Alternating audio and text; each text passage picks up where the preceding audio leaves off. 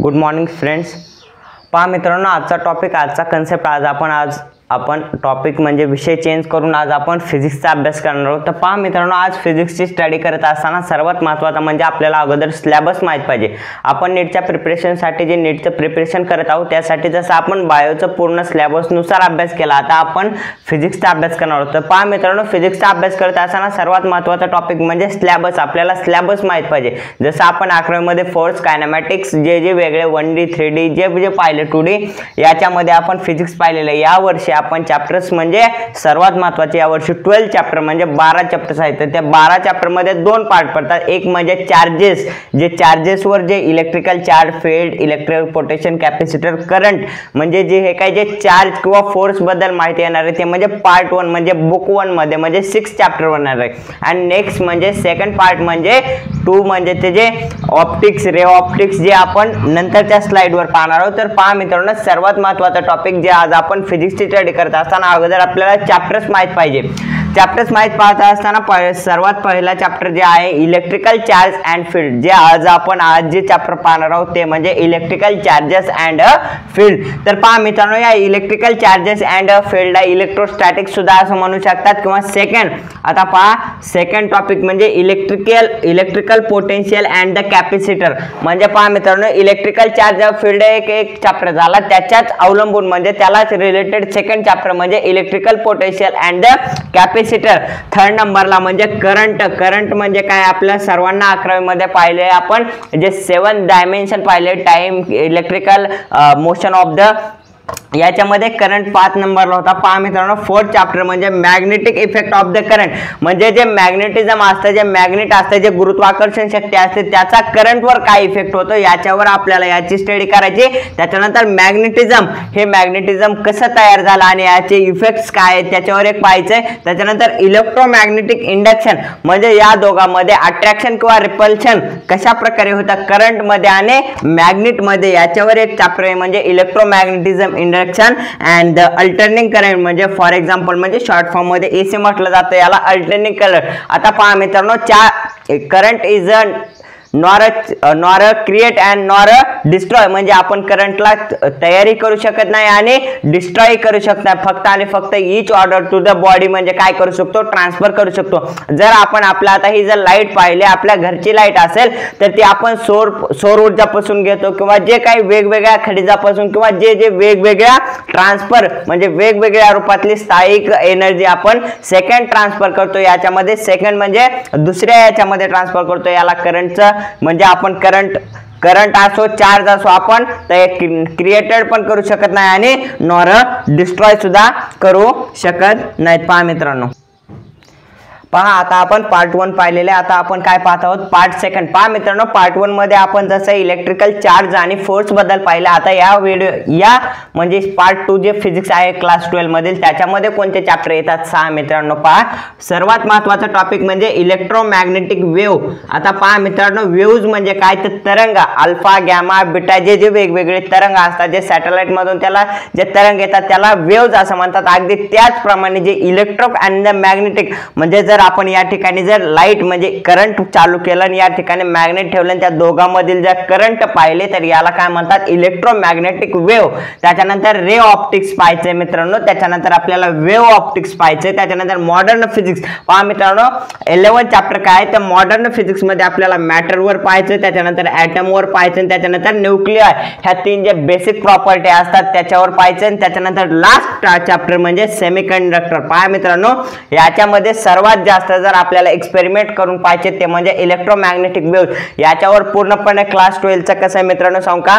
पहा मित्रांनो, फिजिक्सचा स्टडी करत असताना आपण जर विचार केला, जर आपण क्लासचा 11चा आणि जर 12चं कंपॅरिझन केलं तर पहा मित्रांनो, 11th मध्ये आपल्याला गोष्टी दिसू लागल्या म्हणजे सर्वात महत्त्वाचं काय, कारण 11th मध्ये आपल्याला जर आपण बॉलवर फेकला खाली कसं येईल, ग्रॅव्हिटेशनल फोर्स दाखवू लागलं, त्याच्यानंतर इंडक्शन, रिफ्लेक्शन, पूर्ण गोष्टी आपल्याला म्हणजे नेकेड आईजने आपण पाहू शकत होतो। बट हे 12th जे फिजिक्स आहे ते म्हणजे इमॅजिनेशन। आता आपल्याला करंट, वेव्ह काय दिसणार आहे, त्याच्यामुळे आपल्याला सर्वात महत्त्वाची गोष्ट म्हणजे थेरोटिकल, आपल्याला जर कन्सेप्ट क्लिअर असेल मित्रांनो क्लास 12 मध्ये मधील सर्वात महत्त्वाचा टॉपिक म्हणजे कन्सेप्ट क्लिअर. म्हणजे फिजिक्सच्या एकच गोष्ट आपण क्लास 11, मी म्हणत नाही क्लास 12 पेक्षा क्लास 11चा फिजिक्स हार्ड आहे, टफ आहे, बट आपल्याला जे क्लास 12 मधील जे फिजिक्स आहे ते अतिशय क्लॅरिटीनुसार पाहिजे. कारण आपल्याला नीट मध्ये फिजिक्सचा जर आपण विचार केला तर फिजिक्सवर जास्त प्रश्न आपल्याला क्लास 12 मधून पडले जातात. तर पहा मित्रांनो, हे जे सेमीकंडक्टर पर्यंत क्लास 12 पहा फर्स्ट टॉपिक. आता जे आपण क्लास 12 मधील सिलेबस फिजिक्सचं पाहिले, आता त्याच्यात सर्वात महत्त्वाचा आता आपण चॅप्टरला सुरुवात करत आहोत. तर पहा मित्रांनो, फर्स्ट चॅप्टर आपण पाहिला होता electrical charges and the field. म्हणजे पहा इलेक्ट्रिकल चार्जेस आणि फील्डवर आपल्याला माहिती पाहिजे. म्हणजे त्याचं सर्वात महत्त्वाचं पहिले इंट्रोडक्शन. पहा मित्रांनो, इंट्रोडक्शन पाहत असताना सर्वात महत्त्वाचं इलेक्ट्रिकल चार्ज अँड फील्डला काय म्हणतात, इलेक्ट्रोस्टॅटिक असं म्हणतात. तर या इलेक्ट्रोस्टॅटिक्सचा जर आपण त्याच्या नावामध्ये जर पाहिलं तर पहा मित्रांनो, इलेक्ट्रिक म्हणजे काय, चार्ज, अँड द स्टॅटिक म्हणजे काय, रेस्ट. म्हणजे स्टॅटिक म्हणजे काय, एका ठिकाणी रेस्टवर, मोशनवर एका नाही. म्हणजे ज्या वेळेस चार्जर रेस्टवर असतो त्याला इलेक्ट्रिकल चार्ज असं म्हणतात. पहा मित्रांनो, आता इलेक्ट्रोस्टॅटिक एक आहे, it is a branch of the physics. म्हणजे ही एक ब्रांच ऑफ द फिजिक्स, म्हणजे ही एक फिजिक्सची शाखा आहे. त्याच्यानंतर where charge is at a rest. म्हणजे ज्या वेळेस चार्जर रेस्टवर असतो त्यावेळेसच्या ब्रांच म्हणजे त्यावेळेसच्या स्टडीला इलेक्ट्रोस्टॅटिक्स असं म्हणतात.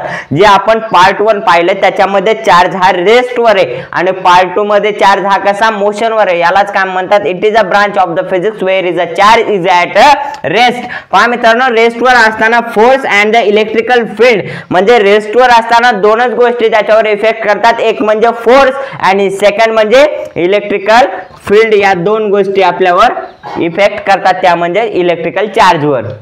पहा आता आपण जे इलेक्ट्रिकल चार्ज आणि फील्डचा जे चार्ज आपण इंट्रोडक्शन पाहिलं. आता पहा मित्रांनो, चार्ज आपण जे आपण इलेक्ट्रोस्टॅटिक्स पाहिले त्याचं इंट्रोडक्शन पाहिलं. आता पहा मित्रांनो, व्हॉट इज अ चार्ज. म्हणजे चार्ज म्हणजे नेमकं काय, म्हणजे चार्ज म्हणजे काय. तर पहा मित्रांनो, charge is a property of mass. म्हणजे पहा मित्रांनो, चार्ज ही कशाची प्रॉपर्टी, मासची. म्हणजे मासची प्रॉपर्टी कोण आहे, चार्ज. त्याच्यानंतर by which it experience force. म्हणजे याचा एक्सपिरियन्स कशावर आहे, फोर्सवर आहे. त्याच्यानंतर electrical field and the magnetic field.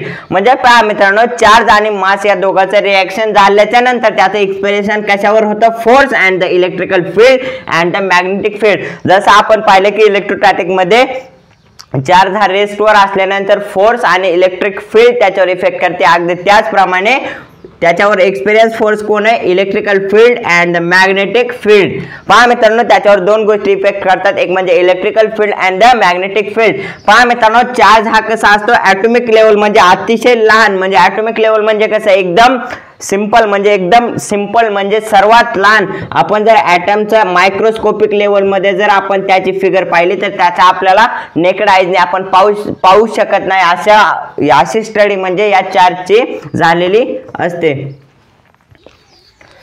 पहा इलेक्ट्रिकल चार्ज अँड फील्ड. आता पहा इलेक्ट्रिकल चार्जवर कोणकोणत्या गोष्टी इफेक्ट करतात आपण पाहिले, electrical field and the magnetic field. तर ह्या magnetic field and the electric field कोणत्या वेळेस किंवा कोणत्या झाल्याच्या नंतर किंवा कोणती प्रोसेस घडल्याच्या नंतर त्या गोष्टी इफेक्ट करतात. तर पहा मित्रांनो, ज्या वेळेस चार्ज हा रेस्ट म्हणजे क्यू हा कसा, व्ही पण नसतो आणि ए पण, म्हणजे व्ही पण 0 असतो. ज्या वेळेस ऍक्सेलरेशन पण 0 असतो, म्हणजे ते चार्ज रेस्टवर असतो, त्यावेळेस त्याच्यामध्ये ओनली इलेक्ट्रिकल फील्ड पाहायला मिळते. त्याच्यामध्ये मॅग्नेटिक फील्ड पाहायला मिळते का, नाही. त्याच्यामध्ये दोनच गोष्टी पाहायला मिळत असतात, एक म्हणजे फोर्स, सेकंड म्हणजे इलेक्ट्रिकल चार्ज फील्ड. म्हणजे ज्या वेळेस चार्ज हा रेस्टवर असतो म्हणजे V = 0, A = 0, त्यावेळेस इलेक्ट्रिकल फील्डवर फक्त इलेक्ट्रिकल फील्डच फक्त चार्जवर इफेक्ट करायला असते. सेकंड म्हणजे ज्यावेळेस चार्जला आपण व्हेलोसिटी देतो. पहा मित्रांनो, जास्त रिलेटेड करून पहा, ज्यावेळेस आपण चार्जला व्हेलोसिटी देतो त्यावेळेस कॉन्स्टंट म्हणजे ऍक्सेलरेशन त्या गोष्टीवर नसतं. म्हणजे ते एक कॉन्स्टंट स्पीडने चालू असतो. म्हणजे तो स्पीड मध्ये आहे किंवा तो व्हेलोसिटी मध्ये आहे, तो मोशन मध्ये आहे, बट ते कसं ऍक्सेलरेट म्हणजे फास्ट नाही. त्याच्यावर दोन गोष्टी इफेक्ट करतात. त्याच्यावर इलेक्ट्रिकल फील्ड पण इफेक्ट करते आणि त्याच्यावर मॅग्नेटिक फील्ड सुद्धा इफेक्ट करते. आणि ज्यावेळेस ऍक्सेलरेशन म्हणजे ज्यावेळेस ते रेस्ट मध्ये नसतो, तो मोशन मध्ये असतो, बट त्याच्यावर ऍक्सेलरेट केल्याच्या नंतर त्याच्यावर तीन गोष्टी इफेक्ट करतात, एक म्हणजे electrical field, magnetic field and the electromagnetic wave.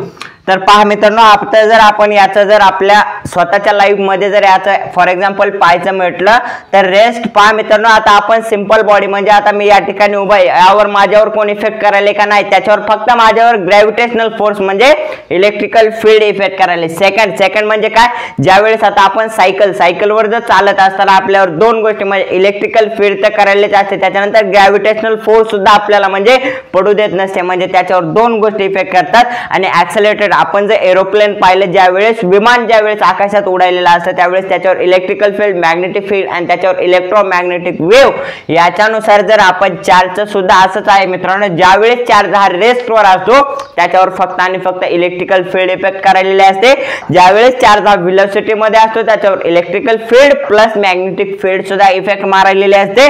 आणि ज्यावेळेस चार्ज हा ऍक्सेलरेशन दिल्याच्या नंतर चार्जवर ज्यावेळेस ऍक्सेलरेशन असतं त्यावेळेस त्याच्यावर तीन गोष्टी इफेक्ट करतात, एक म्हणजे electrical field, magnetic field and the electromagnetic wave, ह्या तीन गोष्टी यावर इफेक्ट मारलेल्या असतात. पहा आता इलेक्ट्रिकल चार्ज, आता चार्ज पहा मित्रांनो, it is an intrinsic property of a matter.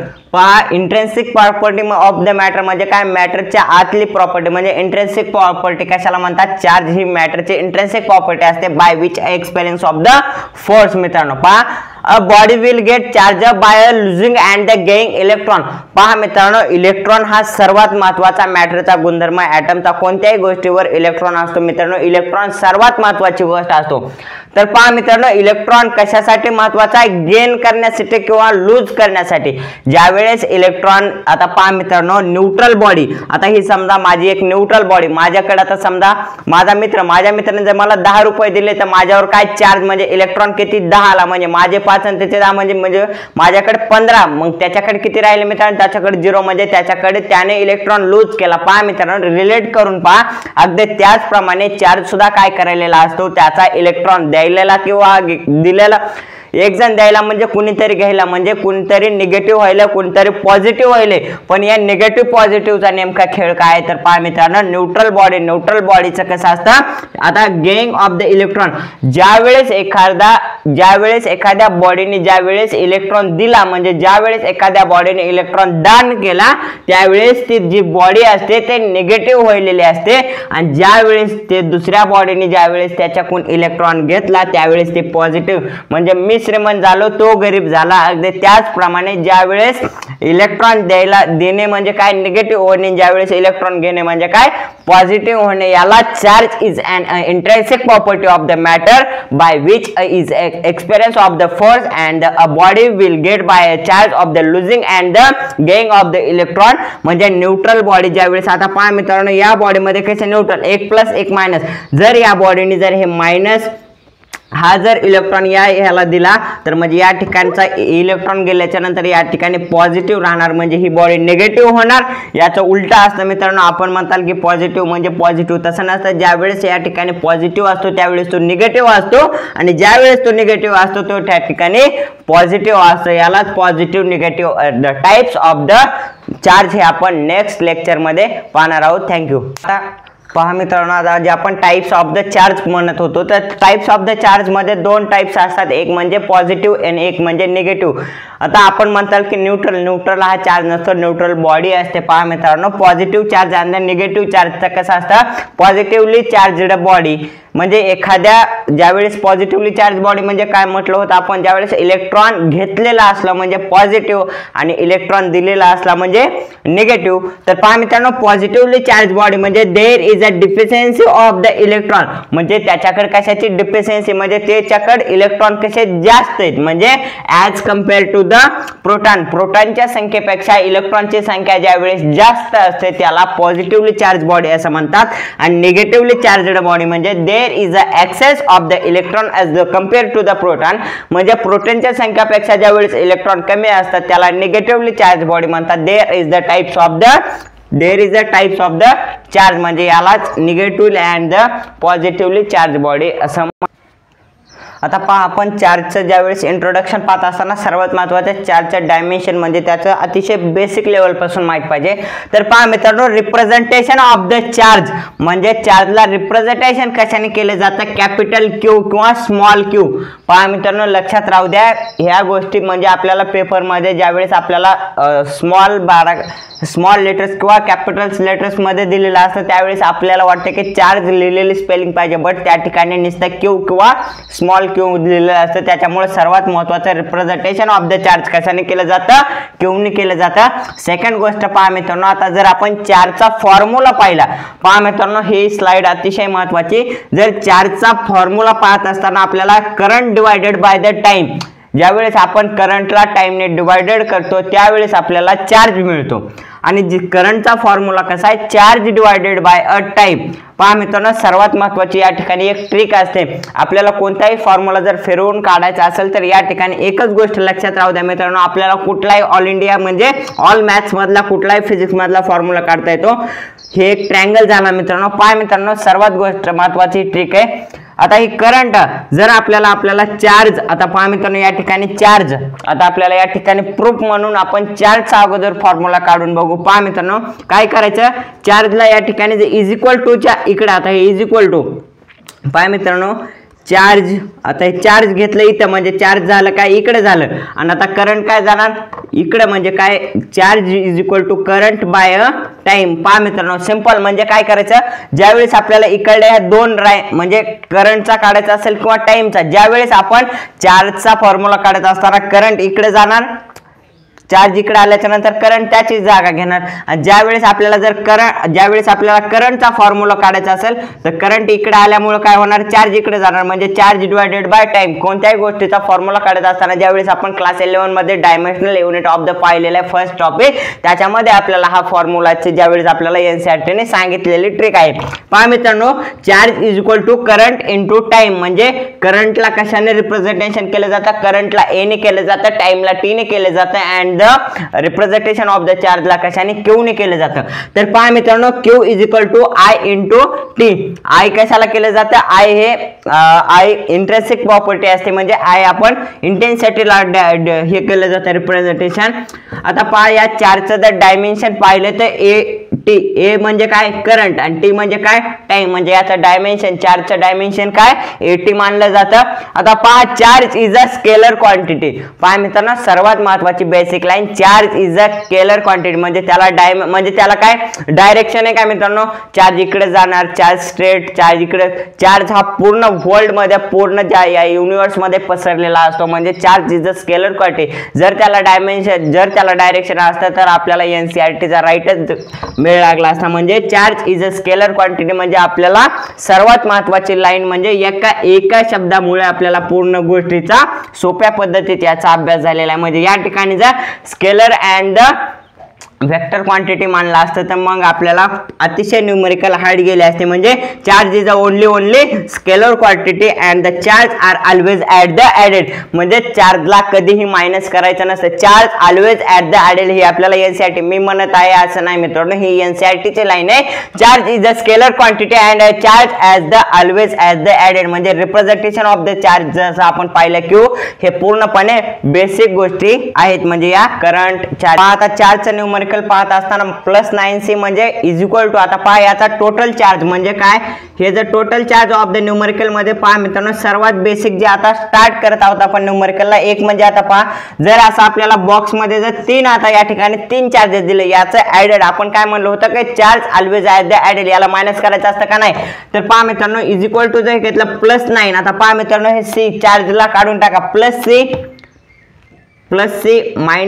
-5 आणि +c प्लस मायनस 9 मधून 5 गेले, राहिले 4 + 1c होतं ना, म्हणजे 1 म्हणजे 4 इज इक्वल टू 5c, म्हणजे या ठिकाणी 5 चार्ज आहे. म्हणजे या ठिकाणी कसं 9c + c, म्हणजे पहा मित्रांनो सर्वात महत्त्वाचं डायमेन्शन काय असतं, plus minus plus plus plus असतं मित्रांनो, मायनस प्लस असतं आणि मायनस प्लस काय असतं, मायनस असतं. ह्या गोष्टी महत्त्वाच्या असतात. ज्यावेळेस मोठ्या संख्येचं ज्यावेळेस सिम्बॉल असतं ते म्हणजे मोठ्या संख्येला, जर आता या ठिकाणी जर मी म्हणलं -10 आणि -11, तर या ठिकाणी काय झालेलं म्हणजे याचं इज इक्वल टू किती येईल 21, मायनस प्लस झालं मायनस मायनस प्लस झालं, पण याचा या मोठ्या संख्येचा सिम्बॉल लागलेला असतो, म्हणजे -21 हे फिजिक्स मध्ये हा तर महत्त्वाचा खेळ असतो. म्हणजे ज्यावेळेस सिम्बॉल, ज्यावेळेस आपला डायमेन्शन, ज्यावेळेस आपल्याला फॉर्म्युला जर आपल्या न्यूमेरिकलवर बसवता आला तर आपल्याला फिजिक्स मध्ये 180 पैकी 180 मार्क पडू शकतात. यालाच electrical charge and फील्डचा first formula म्हटलं जातं. पहा मित्रांनो, याचे युनिट्स ऑफ द चार्ज, याचे युनिट्स पाहिले तर एसआय युनिट. आता पहा मित्रांनो, एसआय युनिट आपण हे क्लास 11th मधील पाहिलेले युनिट्स अँड द मेजरमेंट मध्ये SI unit of the charge काय आहे, कुलम. म्हणजे चार्जचं एसआय युनिट काय आहे मित्रांनो, कुलम आहे. त्याच्यानंतर पहा मित्रांनो, याचं जर सीजीएस म्हणजे एकदम स्मॉलर मायक्रो लेवलचं जर पाहिलं तर 1 म्यू सी, याला म्यू असं म्हणतात. 1 mu C is equal to the 10 to the power -6 coulomb. म्हणजे 1 म्यू सी म्हणजे 10 to the power -6, म्हणजे 1 म्यू सी म्हणजे 10 to the power -6 कुलम. म्हणजे हे झालं मायक्रो. आणि 1 मायक्रो इलेक्ट्रॉन म्हणजे याचा काय झालं, 10 to the power -3 म्हणजे हे मिली मध्ये झालं. आणि जर 1 pC is equal to 10 to the power 12 coulomb and 1 to the power NC जर झालं तर 10 to the power -9. हे एवढं काही लक्षात राहू द्यायची गरज नाही. फक्त आपल्याला एक गोष्ट माहित पाहिजे, 1 म्यू सी हे महत्त्वाचे युनिट म्हणजे महत्त्वाचं युनिट मानलं जातं. हे आपण जर टोटल चार्ज काढायचं झालं तर अशा पद्धतीने आपण काढू शकतो. पहा आता आपण जसं चार्जचे युनिट पाहिले तर या ठिकाणी इलेक्ट्रोस्टॅटिक म्हणजे ECU म्हणजे इलेक्ट्रोस्टॅटिक युनिट. तर पहा मित्रांनो, चार्जच्या इलेक्ट्रोस्टॅटिक युनिट मध्ये फ्रँकलिन म्हणजे स्मॉलेस्ट युनिट काय आहे, फ्रँकलिन. 1 स्टेट कुलम म्हणजे 3 × 10 to the power -6 म्हणजे 3 × 10 to the power - कुलम. म्हणजे 1 stat coulomb is equal to 3 × 10 to the power 9 म्हणजे 1 सी म्हणजे 1 कुलम बरोबर किती असतात, 3 × 10 to the power 1 coulomb is equal to 3 × 10 to the power 9 stat coulomb. म्हणजे काय, हे बिगर अँड द स्मॉलर म्हणजे कंपॅरिझन केलेले. 1 किलोग्राम जर पाहिलं तर 10 to the power 3 ग्राम म्हणजे 10 to the power 3 ग्राम. त्याच्यानंतर 1 coulomb is equal to 3 × 10 to the power -9 stat coulomb पाहिलेले आहे. आणि याचा जर लार्जेस्ट युनिट पाहिलं तर 1 फॅरेडे. फॅरेडे हे काय आहे, युनिट आहे या इलेक्ट्रोस्टॅटिक युनिट मध्ये. 1 फॅरेडे म्हणजे किती, 96,500 कुलम एका फॅरेडे मध्ये बसतात. याला largest unit of the electrostatic असं फॅरेडे असं मानलं जातं. मॅग्नेट होतं की इथं आपल्या.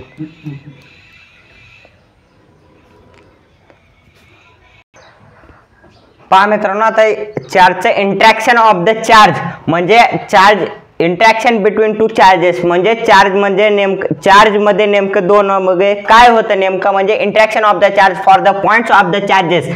याचे जर पॉइंट्स पाहिले, हा 1 पॉइंटचा चार्ज घेतला, हा जर 1 पॉइंटचा चार्ज घेतला म्हणजे हा जर पॉझिटिव्ह चार्ज घेतला, पुढचा जर पॉझिटिव्ह चार्ज घेतला तर तो दोघांना एकमेकांना रिफ्लेक्ट म्हणजे रिपेल करतो, म्हणजे एकमेकांपासून दूर करतो, म्हणजे रिपेल ऑफ द चार्ज करायला असतो.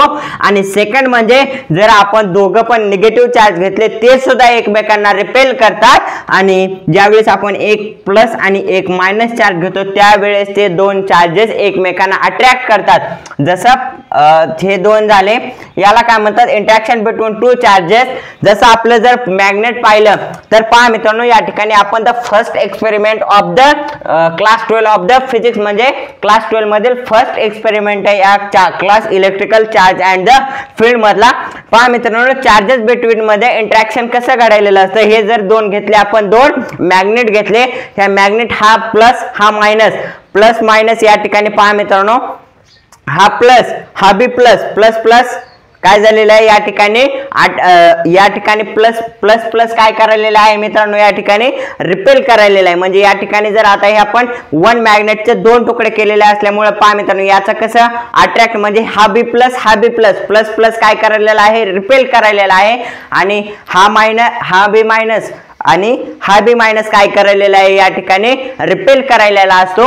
आणि ज्यावेळेस प्लस आणि हा मायनस काय करायलेला आहे, अट्रॅक्ट म्हणजे लाईक चार्जेस म्हणजे चार्जेस सुद्धा अगदी याच प्रमाणे काय करायलेले असतात दोघांमध्ये असेच like charges can not do be attract each other the plus and the minus these are the called as the interaction between charge. आजच्या व्हिडिओमध्ये आज आपण आजचा टॉपिक जे electrical charge and the field मधील आज आपण इंटरॅक्शन बिटवीन चार्जेस पर्यंत आलेलो आहोत. आता नेक्स्ट कंटिन्युएशन मधील टॉपिक मध्ये आपण conservation of the charge conservation law of the charge पासून आपण नेक्स्ट पार्टला स्टार्ट